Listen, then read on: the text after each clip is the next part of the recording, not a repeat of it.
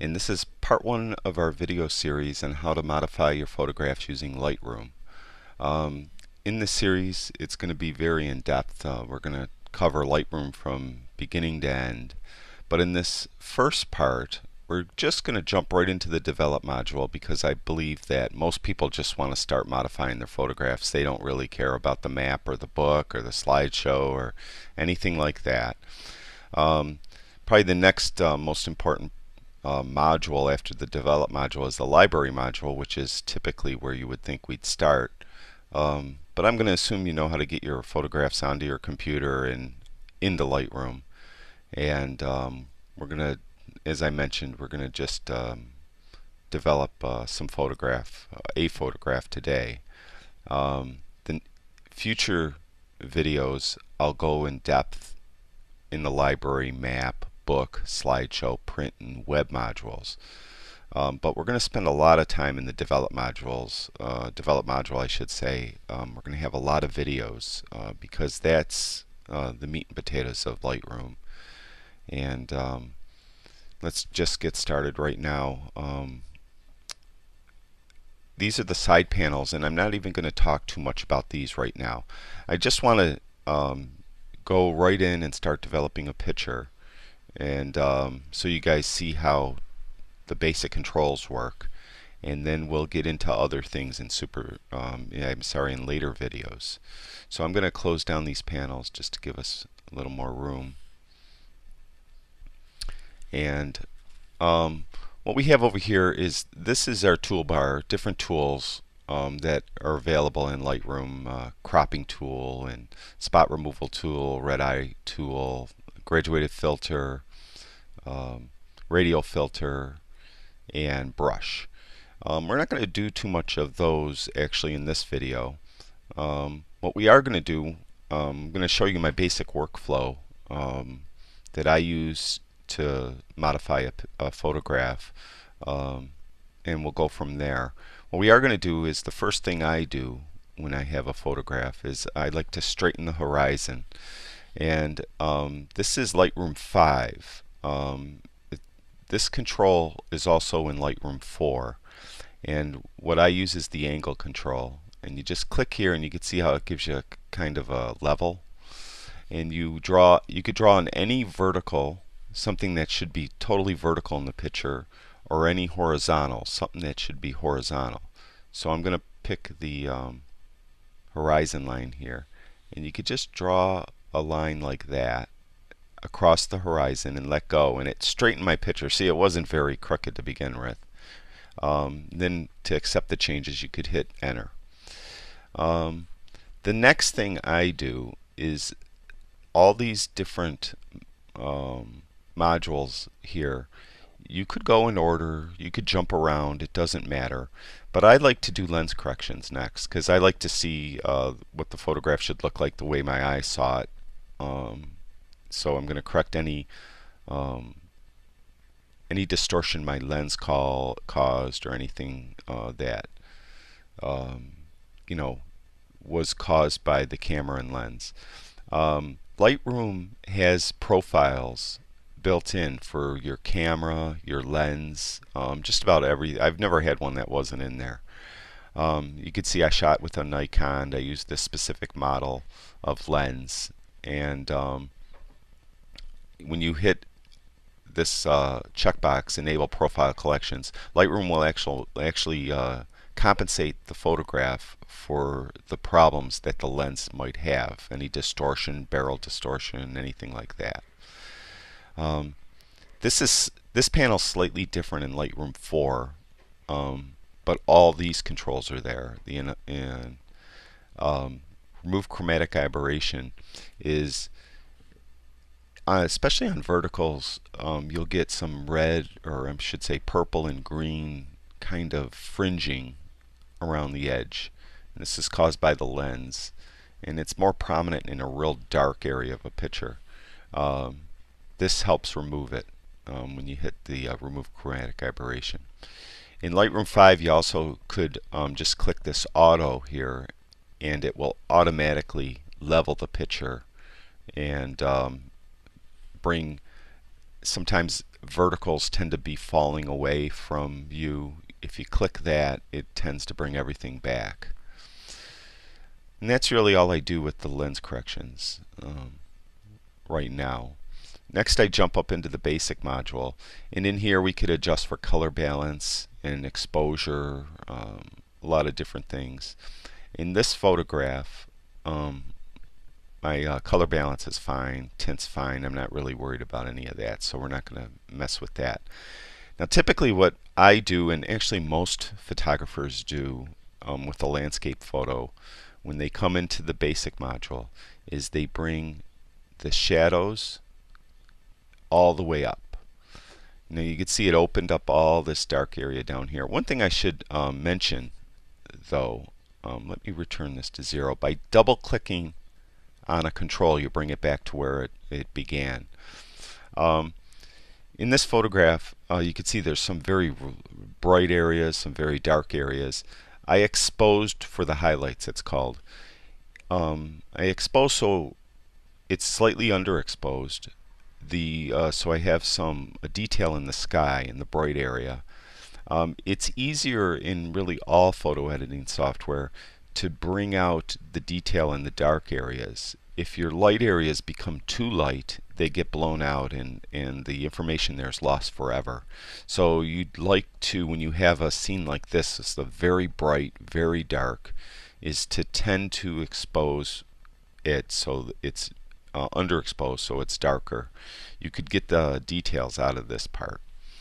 So what we're going to do now, as I mentioned, is we go back and we take the highlights all the way down, the shadows all the way up.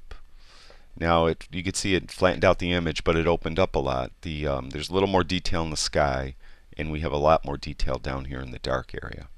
The next thing I do is the whites and the blacks. By the way, there's the histogram up here. All this, as you can see as I move the cursor across this, it shows up in the histogram what part of the histogram you're modifying. I'm going to talk more about the histogram in future videos, but right now, as I mentioned numerous times, we're just going to modify a photograph to see how it's done and how quick you could do it. Now this affects the whitest whites, as you can see, and the easy way to do this control is you hold the Alt key or Option key on your keyboard, and when you do that, you can see with the whites it'll turn completely black, your screen. You move the white to the right until you get some color forming up in here, and what that is that's showing you the parts now that are getting blown out. The purest white up there is totally blown out, no detail at all.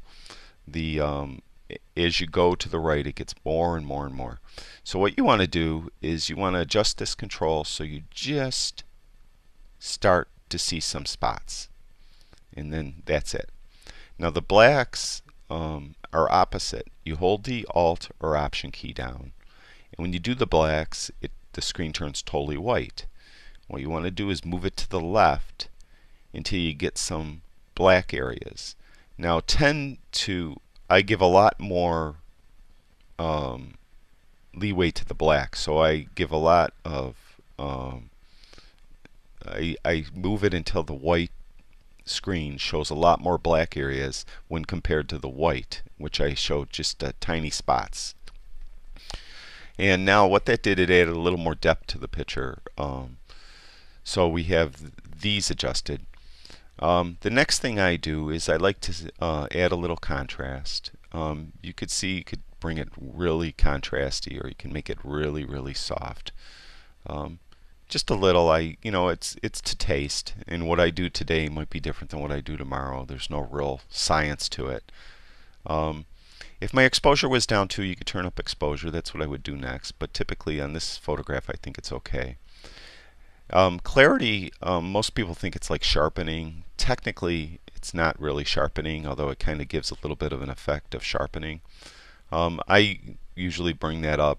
Depending on the photograph, I bring it up quite a bit. In this one, I think around 30 works good. Vibrance is affects the color, and it affects the non-saturated colors in the photograph, and it will make those a little more vibrant. Um, so what I'm saying is, like, if you had this orange up in here, or a color that was very saturated, it doesn't affect that color. It affects the ones that aren't as saturated. So we're going to add a little vibrance. As you see, you could bring it way up and bring it way down, make it black and white almost. So we're going to bring it up just a little bit. Saturation now just affects every single color in the photograph and makes it more saturated. We'll bring that up just a touch. Now that is really all my adjustments in the basic panel. That's what I do here. As I mentioned in a future video, we'll go in much greater detail on all these things.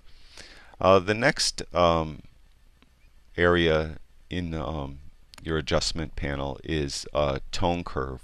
And this is, you could get more contrast, dark, light, things like that. What we're going to do, though, we're not going to really do anything in this photograph with the tone curve. What we are going to do is in this panel here, this is the Use Saturation and Luminance panel. It's got little tabs here where you could adjust each color individually, or you could just turn your photograph into a black and white. And then when you adjust these, it's as though you had certain filters on your camera when you took it to take. In the old days with film, you would put a filter on your camera to when you use black and white film to bring out a certain shade, so you could take a certain type of picture. But we're not going to. This picture is not going to be black and white. So we go over here to the Use Saturation and Luminance layer. You could actually change the actual hue of red, whatever the colors here. Typically, I don't. I leave that alone. I go to saturation though, and in this photograph, as I recall, there was a bright orange streak going across in here. So I want more saturation of the orange. So I bring this up. There was yellows in there too. I bring that up. Now there was some blues up in here, so I want the blues higher. So you just kind of slide them around. This is all non-destructive in Lightroom, so you could go back and change things. You're not going to hurt anything. Next, luminance, I just need it to be more prominent, so I bring the orange down. See how it affects the orange sky? Bring it down to taste. Make it a little more yellow. And the blue, bring the blue down a little bit. And that's pretty much it for this in the Use Saturation and Luminance panel. Satisfied with that. The next thing you do is I go to the Detail panel, and you could sharpen your picture and offer some noise reduction. Typically, I'm going to actually have one video that's dedicated to this whole thing, because this is how important it is. But a good starting point, or a good way to just get you in the ballpark if you're not so worried about it, get your sharpening around 70. Don't even mess with these other sliders, and bring your noise reduction around 40. That's just a quick, dirty way to get you in the ballpark. For now, we'll just leave it at that. And like I mentioned, we'll go in a lot more detail on that. We already did lens corrections.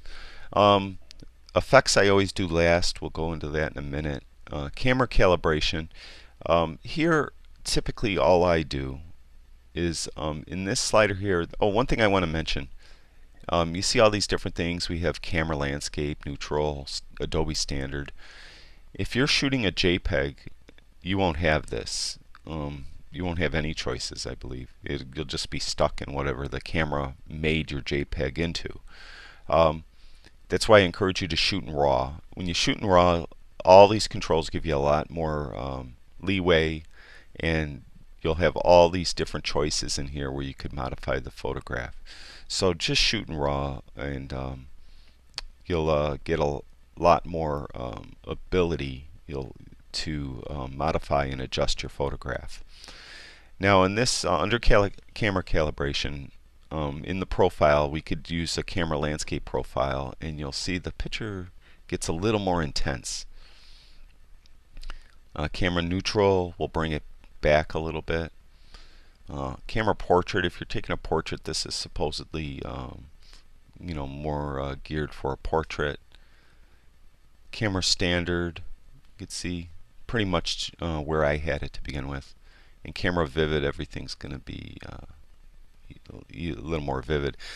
Now I don't like this as much. I think it made this a little too dark down here, and I didn't like the landscape was probably my next one that I liked, and that made everything also darker. So I'm just going to leave it where it was, Adobe Standard. Sometimes I switch it, sometimes I don't. It's really up to you. Next thing we do is I jump into effects, and I like to add a vignette to the photograph, very slight, to help draw the person looking at the photograph into the center of the picture. So this mount slider, if you slide it to the right, you'll get white. If you slide it to the left, you'll get black. And as I mentioned, I just want to do a very slight vignette, pretty much like that. And that actually is it. This is how quick you could go, because my idea is that I don't want to spend a lot of time post-processing my photographs. My main thing is I want to be out taking pictures. I don't want to be modifying them in Lightroom or any other program for that matter. So to give you an idea, this is the before photograph here, and here's the after photograph. You can see how we dramatically improved the photograph. There's actually more I would probably do on this, but I'm going to save it for the next video. And I'm going to show you some of these tools up here of what I do to further enhance the video. But as I mentioned numerous times, is in this video I just want to show you the real quick workflow of how I go through it and what you could do to bring this very flat, washed out video, or I'm sorry, photograph, make it into this. And that's it for now. I'm Anthony Morganti from AnthonyMorganti.com, and stop over to AnthonyMorganti.com. Every day I'll be adding another video about Lightroom and what you could do to improve your photographs.